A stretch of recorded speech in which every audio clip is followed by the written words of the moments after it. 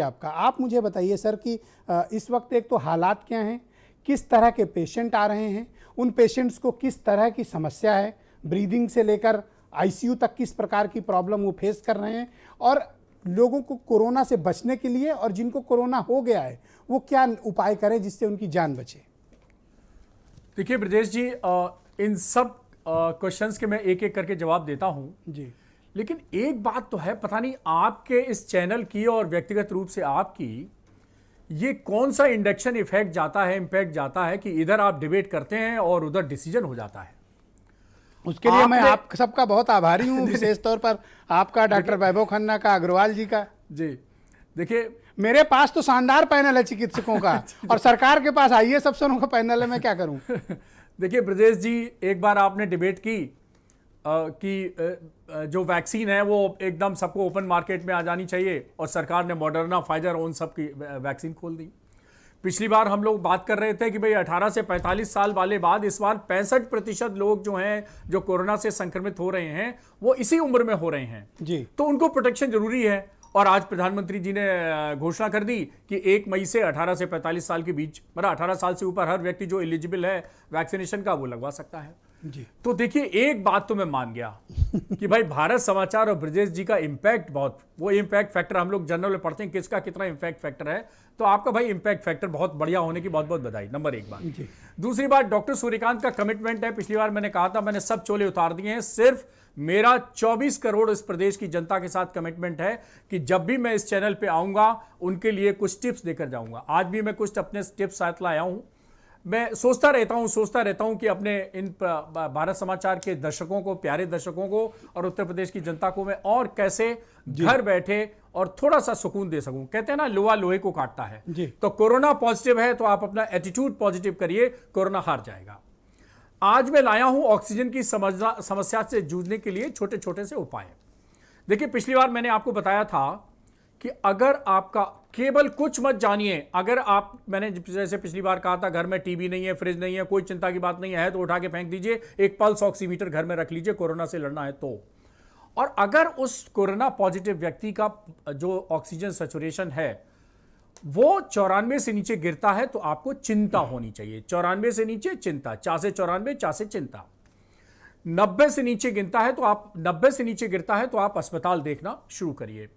अब मैंने कहा था कि अगर 94 से ऊपर है तो बहुत सिंपल मेरा प्रोटोकॉल है, आपने धन्यवाद बहुत बड़े पैमाने पर उसको सर्कुलेट किया है लोगों तक। कम से कम 12-13 राज्यों से मुझे सूचना मिल गई है कि ब्रजेश जी की अनुकंपा से मेरे ट्रीटमेंट प्रोटोकॉल इतने राज्यों तक पहुंच गया है। दिल्ली, राजस्थान, हरियाणा, पंजाब, जम्मू कश्मीर, छत्तीसगढ़, झारखंड, बिहार, पता नहीं कहां कहां आपने पहुंचा दिया है जी।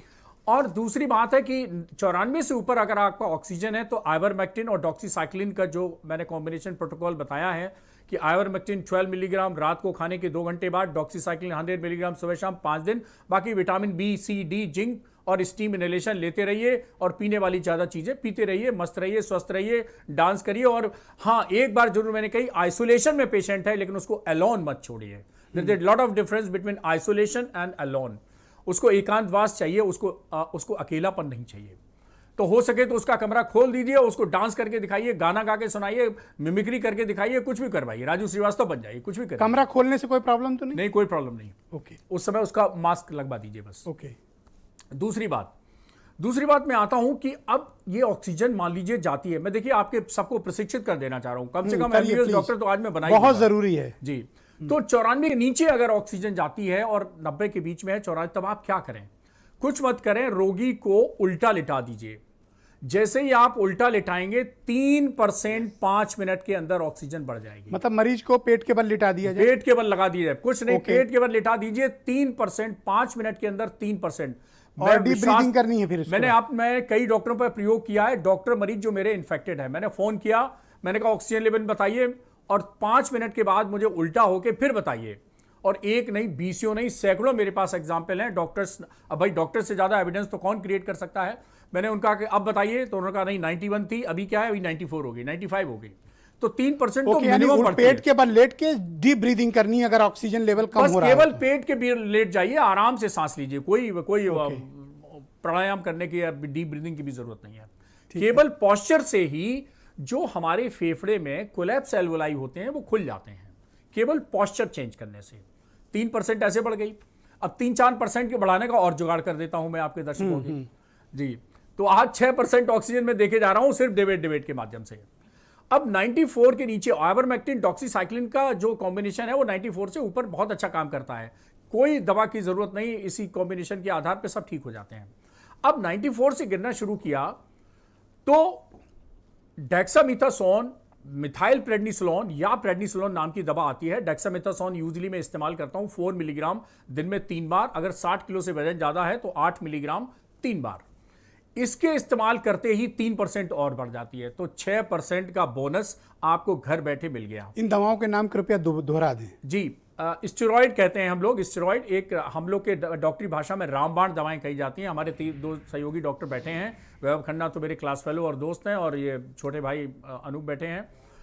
ये स्टेरॉइड नाम की दवाएं हम लोग इमरजेंसी मेडिसिन के रूप में इस्तेमाल करते हैं, रामबाण के रूप में इस्तेमाल करते हैं। डेक्सामेथासोन मेरा ड्रग ऑफ चॉइस है, और बहुत सारी जितनी स्टडीज हुई हैं पिछले साल भर के अंदर वो डेक्सामेथासोन पर हुई हैं। डेक्सामेथासोन थोड़ी अब डॉक्टर सूर्यकांत ने ज्यादा लिखनी शुरू कर दी है, बतानी शुरू कर दी, पब्लिक भी अवेयर होगी तो थोड़ा कम हो गई है, शॉर्टेज हो गई है।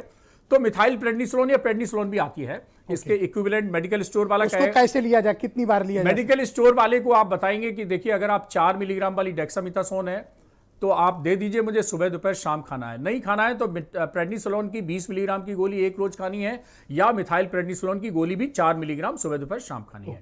तो मिथाइल प्रेडनिसोलोन, डेक्सामेथासोन 4 मिलीग्राम 3 बार खाना है। अगर प्रेडनिसोलोन मिल रही है 20 मिलीग्राम की एक गोली खानी है। ओके, आपका कहने का मतलब है कि ऑक्सीजन लेवल को 94 के पार ही रखना है। हाँ, अगर 94 से नीचे जा रहा है और उल्टा लिटा भी दिया फिर भी 94 से नीचे जा रहा है तो डेक्सामेथासोन ऐड कर दीजिए। ओके, 2 उपाय मैंने बताए। अब तीसरा बहुत मैं बताने वाला हूं, और मैं पूरे भारत सरकार, दुनिया और पता नहीं किसकी गालियां खाने के लिए तैयार हो गया हूं। तो गालियां मुझे स्वीकार है, मैं एक्सेप्ट कर रहा हूं, और गाली स्वीकार करने के पहले ही मैं डिस्क्लेमर देता हूं कि मैं बहुत बड़ी बात कहने जा रहा हूं जो बहुतों को पचेगी नहीं, बहुतों को रचेगी नहीं, बहुतों को बसेगी नहीं। रेमडेसिविर रामबाण नहीं है। कृपया रेमडेसिविर की कालाबाजारी बंद करिए। ये रेमडेसिविर रामबाण नहीं है। What you are saying, doctor साहब? जी, मैं बिल्कुल कह रहा हूं, और होशो हवास में कह रहा हूं, और एविडेंस बेस्ड के साथ कह रहा हूं। एक ट्रायल हुआ था। अब देखिए क्या हुआ कि सबसे पहले इस कोरोना वायरस के युद्ध में सबसे पहले हाइड्रोक्सीक्लोरोक्विन आई, और जब से ट्रम्प साहब ने कही हाइड्रोक्सीक्लोरोक्विन इज तो बहुत लोग मारे गए थे जी। और उसके बाद हाइड्रोक्सीक्लोरोक्विन इतनी हुई कि अमेरिका से बहुत डिमांड आई, हमारे देश ने खूब कमाई की, उनको बेची।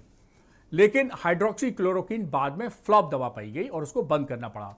हमारे केजीएमसी के डॉक्टर्स ने प्रोफाइलेक्सिस के रूप में ली, और 17% को कोई ना कोई साइड इफेक्ट हो गए। हमें प्रोफाइलेक्सिस लेनी, अपनी जूनियर डॉक्टरों को, मैंने तो खैर ली नहीं, तो मेरा तो शुरू से विश्वास नहीं था, वो बंद कर दी। तब खेल शुरू हुआ आइवरमेक्टिन का। आइवरमेक्टिन की स्टोरी आप सब जानते ही हैं, आपने पिछली बार मुझे नाम ही डॉक्टर आइवरमेक्टिन कर दिया डॉक्टर सूर्यकांत से जी। तो आइवरमेक्टिन की सक्सेस, तो अगर रेमडेसिविर आपके मुताबिक गेम चेंजर नहीं है, बिल्कुल तो क्या गेम चेंजर नहीं है। मैं बताता हूं गेम चेंजर क्या है। रेमडेसिविर बिल्कुल गेम चेंजर नहीं है, और मैं सबसे बड़े दुनिया के ट्रायल की बात कर रहा हूं जिसका रिजल्ट अक्टूबर में आया। हुआ क्या कि पिछले साल 2020 में जब हाइड्रोक्सीक्लोरोक्विन फ्लॉप हो गई तो उसके बाद रेमडेसिविर सीन में आई, और रेमडेसिविर मल्टीनेशनल कंपनीज बनाती थी। इस दूरदर्शन, इस चैनल के माध्यम से मैं जितनी बात कह सकता हूं, जितनी मेरी मर्यादा सीमा मुझे बताने के लिए मैं स्वतंत्र हूं, उतनी बात मैं कह रहा हूं, उससे ज्यादा नहीं कह सकता। अकेले में पूछ लीजिएगा, मैं सब बता दूंगा। तो रेमडेसिविर आई, मल्टीनेशनल कंपनी थी, 5,000 रुपए इंजेक्शन इसकी कीमत होती है। अभी भारत सरकार, प्रधानमंत्री जी को मैं धन्यवाद देता हूं कि कैपिंग करके उन्होंने 3,500 पे लाया है।